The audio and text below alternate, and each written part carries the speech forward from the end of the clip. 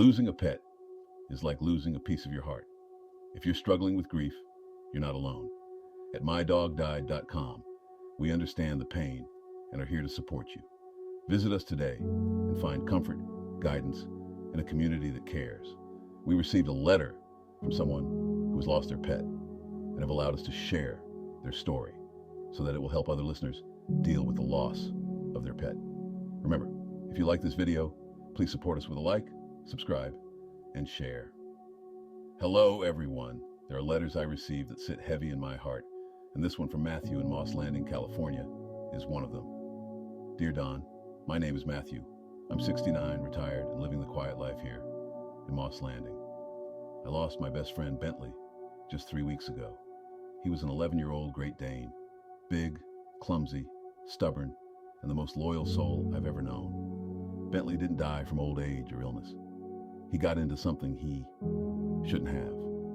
I keep insecticides in an old cabinet in the garage. I didn't think he'd ever bother with it.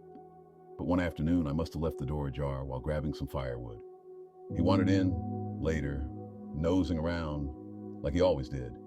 Hours later, he began throwing up and trembling. By the time I got him to the emergency vet, it was already too late. They said it was insecticide poisoning.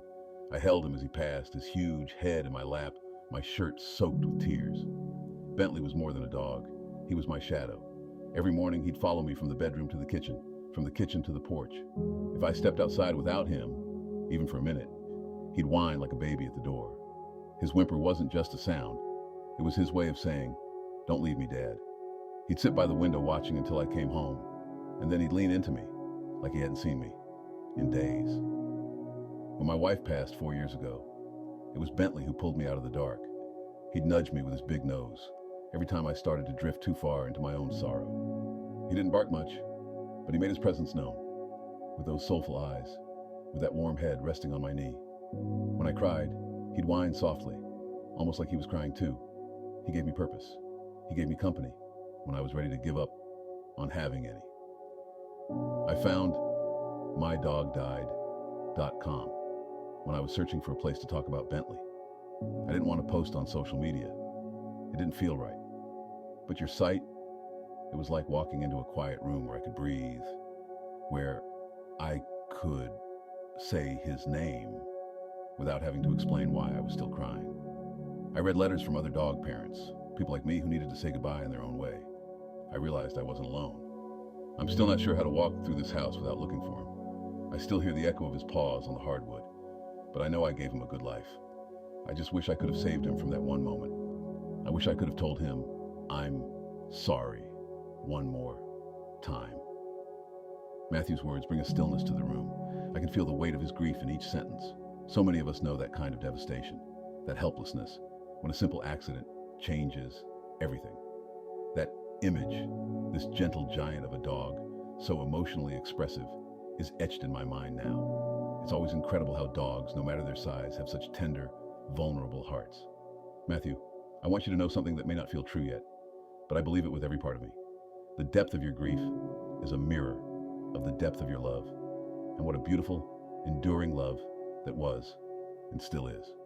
Matthew, that's why we built this space, for the exact moment you just described. A place where Bentley's life and his passing would be honored. A place where your grief could land softly. Matthew, I think Bentley already knew. Dogs have a way of understanding us, even when we say nothing.